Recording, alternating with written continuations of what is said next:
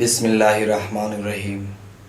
হে জগতবাসী, আজ আমি শামীম আলী চিশতি আপনাদের সামনে একটি আলোচনা নিয়ে আসলাম। সেই আলোচনাটি হলো যে এই পৃথিবীতে যত প্রাণী জগৎ আছে, সমস্ত প্রাণীরা যে কোনো একটা জিনিসের একটা আভাস পায়। যেমন আমরা বলে থাকি যে আমরা সর্বশ্রেষ্ঠ জাতি, আমরা মানব জাতি, আমরা আশরাফুল মাখলুকাত, আমরা শ্রেষ্ঠ, এই কথাটা বলা হয়। কিন্তু এই কথাটা বলা হয় ঠিকই, এটা শুনে শুনে, কিন্তু বুঝে বলা হয় না। যে মানবের ঘরে জন্ম নিয়েছি, কিন্তু যেই মানুষ হইলে মানুষ শ্রেষ্ঠ হয়, সেই মানুষ তো হওয়া গেল না। যদি আমরা সেই প্রকৃত মানুষ হই, সেই মানুষ কারা? অলিয়া যাহারা আছে, এবং দেখা গেছে নবী রাসূল যারা ছিল, এরা মৃত্যুর খবরটা পর্যন্ত বলে গেছে যে এমুক দিন এমুক তারিখে আমি চলে যাব। তো এখন বিষয় হলো, এই কথাগুলো তারা বলে গেছে, বহু বহু আউলিয়ার বেলায় তা সঠিক হয়েছে। তাহলে যার মৃত্যুর খবর সে বলে যেতে পারে, সে পিছনের এবং সামনের কিছু বলে যেতে পারে, তাদেরকেই তো শ্রেষ্ঠ মানুষ বলা উচিত।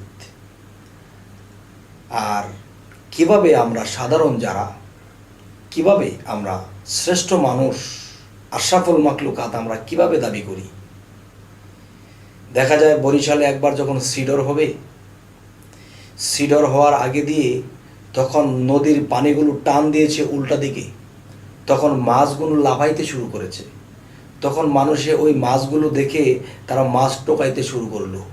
কিন্তু বনের যে জংলার যে হরিণ, এই হরিণ কিন্তু উল্টো দিকে দৌড়াতে শুরু করেছে। তারা দৌড়াতে শুরু করেছে মানুষ সমাগম যেখানে, সেই দিকে দৌড় শুরু করেছে। কারণ কি? তারা আভাস পেয়ে গেছে যে সিডরটা আসতেছে। কিন্তু মানুষ হয়ে খবর পাইল না, বুঝলো না। তারা উল্টো যেই জায়গাটা পানি টান দিয়ে সরে গেছে, আবার পানিটা আসবে উপর দিয়ে, এই খবর নিয়ে তারা মাছ টোকাইতে শুরু করলো। তাহলে কিছু কিছু প্রাণী জগতেরও প্রাণীরা আছে যে আগাম কিছু আভাস পেয়ে যায়, কিন্তু আমরা মানুষ হয়ে পারি না। তাহলে শ্রেষ্ঠ মানুষ কিসে? যে আশরাফুল মাখলুকাত হলো মানুষ, এই কথাটা শুনে শুনে বলে, কিন্তু বুঝে বলে না।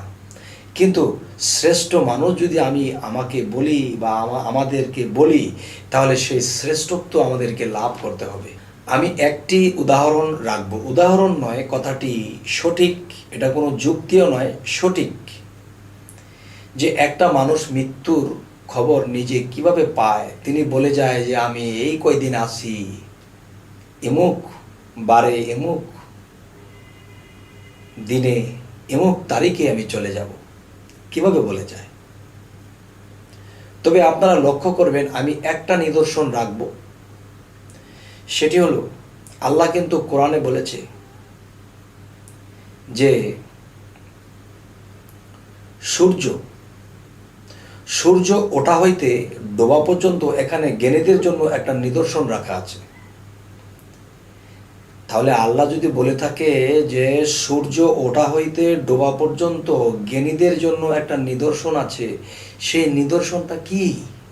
সেই নিদর্শনটি হলো, একটা মানুষ যখন জন্ম নেয়, তখন নতুন বা শুরু যে একটা বিষয়, যে নতুন সূর্যের উদয়। একটা শিশু যখন জন্ম নেয়, তখন কিন্তু তার বয়স যখন 1 মাস 2 মাস, তখন সে নতুন সূর্য উদয় হয়েছে। দেখবেন শিশুর কোনো জ্ঞান থাকে না, ওয়া ওয়া করে কাঁদে, খাবার পেলে খায়, না খেলে না খায়, কিন্তু তার জ্ঞান শক্তি নেই। আর জ্ঞানেরই আরেক নাম বলা হয়েছে জ্ঞানের আলো। তো এখন যে কথাটা বোঝাইতে চাইতেছি, যে একটা শিশু যখন জন্ম নেয়, তখন নতুন সূর্যের উদয়। শিশুর যেমন জ্ঞান নেই, তেমনি নতুন সূর্যটার কোনো আলোর তাপমাত্রা নেই। তো তখন সূর্যটা যখন 8টা 9টা 10টা বাজে তখন আস্তে আস্তে আলোর দিকে আসে, যখন 11টার দিকে আসে তখন যৌবন প্রাপ্ত, যখন 12টা আসে তখন পূর্ণ যৌবন প্রাপ্ত। একটা মানুষের জীবনে যখন 12টা বাজে তখন তার মাথার উপরে সূর্য থাকে। এই ছেলের শক্তির হিম্মত, জ্ঞানের হিম্মত অন্যরকম। তাহলে বোঝা গেল একটা যৌবনপ্রাপ্ত লোকের সূর্যটা তার জীবনের 12টা বাজে। তাহলে যখন 2টা বাজলো তখন আমি ভার্টিকাল, যখন 4টা বাজলো তখন আমি নিম্ন ভার্টিকাল, যখন সূর্য অস্ত যাবে তখন কিন্তু সে লাল হয়ে যায়। আবার কিন্তু এই সূর্যটা লাল হতে হতে আস্তে আস্তে অন্ধকারে আচ্ছন্ন হয়ে ডুবে যায়। যেরকম একটা মানুষ জন্ম নিয়েছিল, অজ্ঞানতা থেকে আস্তে আস্তে জ্ঞানের দিকে গেল, এরপর মানুষ যখন বৃদ্ধ হয় তখন কিন্তু আবার অজ্ঞানের মতো হয়ে যায়, বাচ্চাদের মতো হয়ে যায়, আবার সে শিশু হয়ে যায়। সূর্যটা যেরকম লাল ছিল শিশু, তখন আবার সূর্যটা যখন ডুবে যাবে তখন সে লাল হয়ে গেছে। ঠিক আগের দিনের মানুষে ঘড়ির মধ্যে দেখতো যে কয়টা বাজে, কিন্তু একসময় ঘড়ি ছিল না। মানুষ সূর্যের দিকে তাকাইলে বলে দিত এতটা বাজে, কিন্তু 2-1 মিনিট, বেশি একটা পার্থক্য হতো না।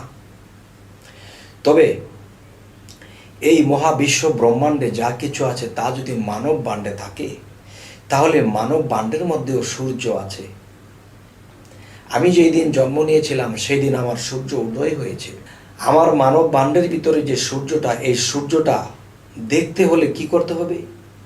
সাধনা করতে হবে এবং পৃথিবীর অনেক কিছু ত্যাগ করতে হবে এবং মুর্শিদ নামের রাসূলের প্রেমে ফানা হতে হবে এবং সেই রাসূল রূপে খোদার দর্শন ঘটাইতে হবে। তখন এই সমস্ত সাধন ভজন যেখানে জিনিস আনলো তখন তার ভিতরের সূর্যটা তখন জাগ্রত হয়।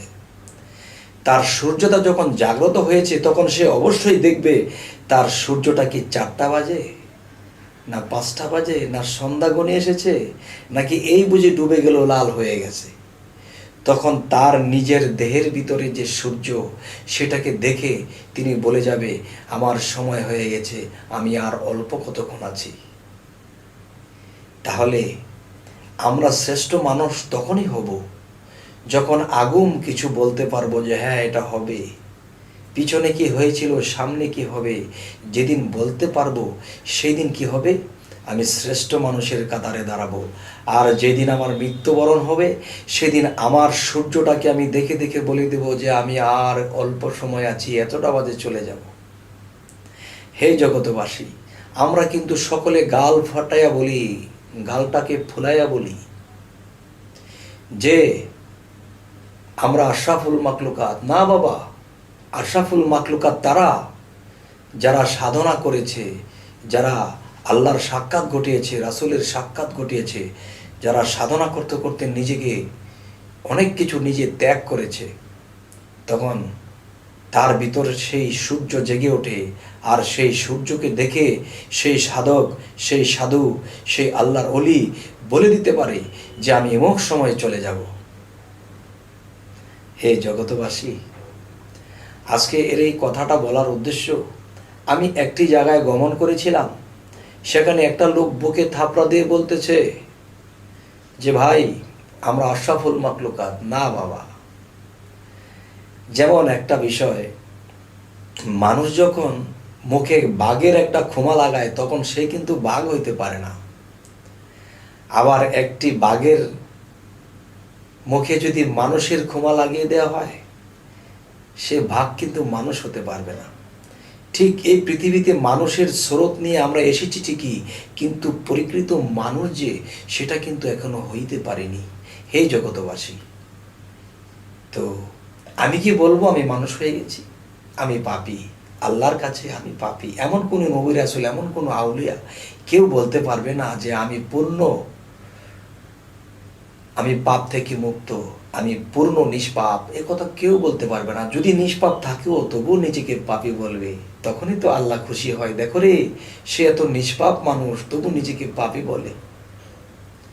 হে জগতবাসী, আজকের এই কথাগুলোর মূল উদ্দেশ্য এটাই যে আমরা শ্রেষ্ঠ মানুষ তখনই হব যখন সাধনা করব, মুর্শিদের দেওয়া সাধনাগুলো করব, জীবনে অনেক খারাপকে ত্যাগ করে দেব এবং ধ্যানের দেশে ডুবে যাব। এরপরে রাসূলকে পাবো, রাসূলের সঙ্গ ধরে আমি আল্লাহর বাড়ি যাব। হে জগতবাসী, আজ এই কথাগুলো বলেই রাখছি। সকলেই ভালো থাকবেন। আল্লাহ হাফিজ।